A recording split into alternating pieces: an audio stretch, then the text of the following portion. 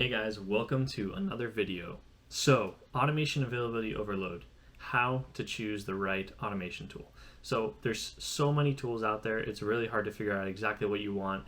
Maybe you don't even know what features that you even need. So we're gonna go ahead and talk about that today. So we're gonna look at integrated features and capabilities. I wanna talk about API connectivity. So that would be either built-in integrations or custom requests. So which one would you need? Would you need both? So the difference really is a built-in integration is like a puzzle piece that you would just plug and play into your automation. And so it wouldn't require much coding at all. And this would be pretty simple. You'd probably just need some credentials and maybe some additional details that are involved with that request. If the automation tool doesn't actually have the built-in integration you want, maybe it doesn't interact with the system or the API that you're looking for, then you'll have to create a custom request. So this can look like, if we look at my screen, the following. This is Microsoft Power Automate, and you can actually see here, I can give an example of a built-in integration. DocuSign Demo is a built-in integration because it actually offered it to me as an external system to connect to. Now, if Power Automate didn't have a template already that included DocuSign, I could still use the DocuSign API, but I would have to specify the specific request that I'd have to put. It'd be a little bit more in depth, right? I'd have to put the URL that corresponds to that particular request. So those are two things that you want to look at. So the second part of integrated features and capabilities is UI access. So what is your tool needing to do? Is it able to access web-based applications? Is it able to access native applications, or both? So a web-based application is pretty much a server that's accessible by the internet, or it's an application that you can just take into your browser, right? So for example, so we'll take a look at my screen here. Jira actually is a web application, right? Or Facebook, for example, or Instagram. Any of those are web applications because you can access that through the internet. Something that is not a web application, but a native application, for example, is something like Safari. Next, we'll look at ease of use. So how easy is it to use this automation tool? Is it low code? Is it no code? Is it code intensive? So the differences there, low code is pretty much sort of drag and drop, but may require some code. So going back to our screen here, condition, for example, was a drag and drop. None of this is really code.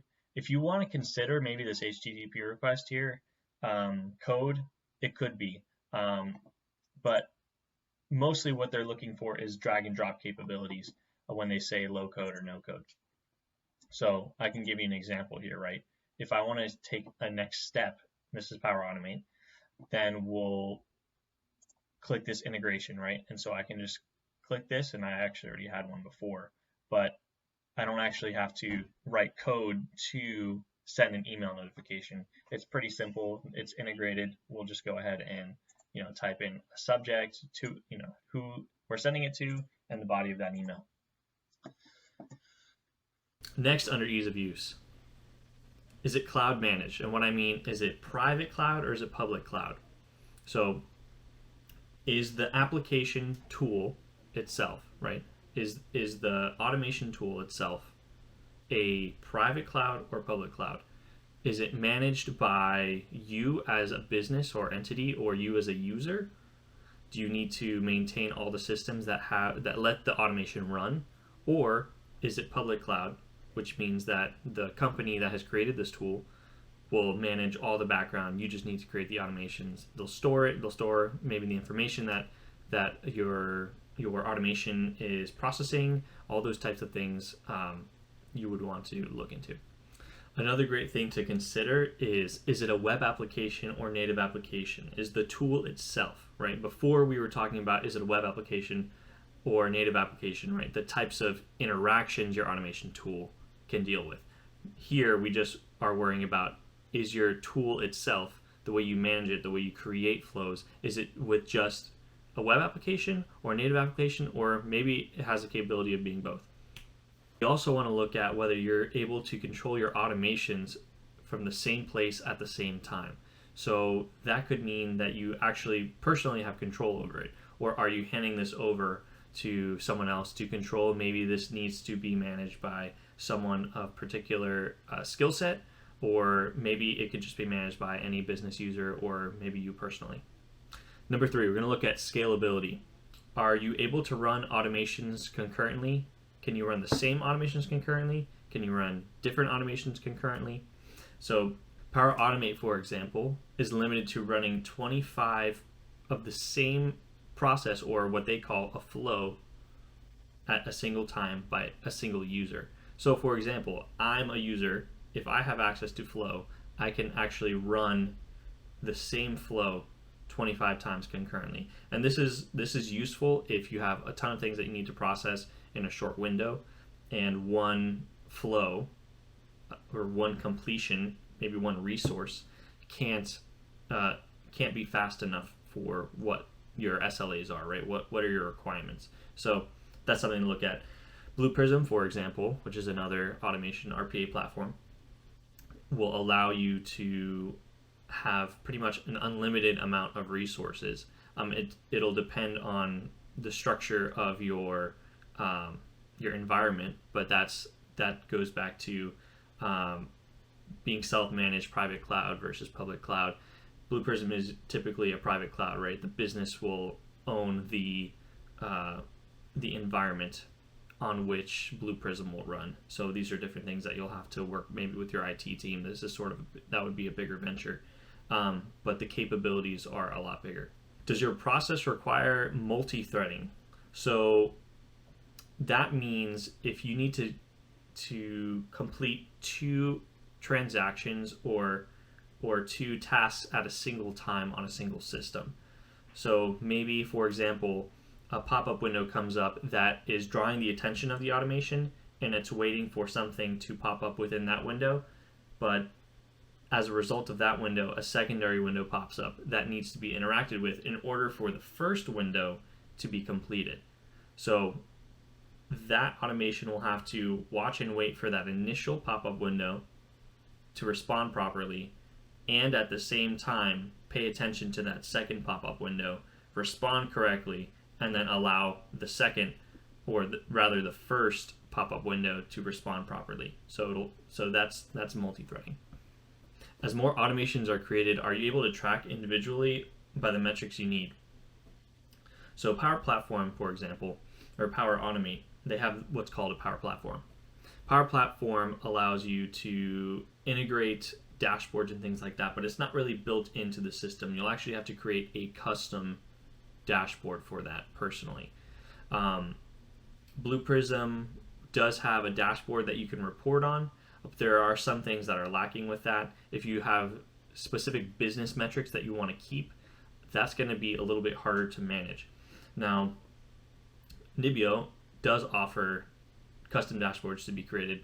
So if you have a particular business process that you want specific metrics on, you can reach out to us and we'll be able to help you integrate that specifically for Blue Prism for now. Number 4, security. Is it business managed, third party managed, fourth party managed? So this is similar to that cloud managed question, right? Whether it's private or public cloud. But pretty much who's managing the data? Is it the vendor, or is it the SaaS company that has offered the automation tool, or is it you as the business or individual that can? How is sensitive data handled? Are you able to put maybe credentials if you're trying to log into a system over and over again, into a credential manager? These are different things that you need to look into. Is data encrypted? Is it RSA keys or AES encryption? ROI, which is like pretty much the biggest question everyone has. Does it actually save you money? So, things to look out for. What is the pay structure? Is it by transaction? Is it by resource? Is it by runtime? So when I say transaction, by item, when you complete an item with an automation, are you charged by that item? How many items? Let's say you complete 100 items. Is it $1 per item? That's $100. Or how long did it actually take? Maybe it was only an hour that it took. So that's, let's say, $60 an hour, right? Maybe it's reservation of a resource. So maybe each particular concurrent run of an automation will cost a particular amount. Does this require dedicated personnel to build and maintain? What level of training would you need? So depending on the tool that you pick, Power Automate, for example, you don't typically manage the environment, but there are certain aspects that you would manage depending on what level of integration or automation that you want to use. Blue Prism, for example, can be managed by a business or by a vendor. For those that are having infrastructure, are there any setup fees that you need to be aware of? Maybe even the level of automation or the intensity of the automation, right? Whether it's code intensive, then maybe you would need personnel to actually write the automations for you. So how many automations do you need to create to replace the manpower or the extra systems that you're currently using to run your business? Hey guys, so these are just 5 quick considerations that you would need to make in order to choose the right automation tool. Nibio is here to be your automation advocate. We specialize in RPA, so please feel free to reach out to us right here through YouTube, or we also have Instagram and Facebook and a bunch of other social media platforms that we would love for you to be a part of. And feel free to leave a message in the comments.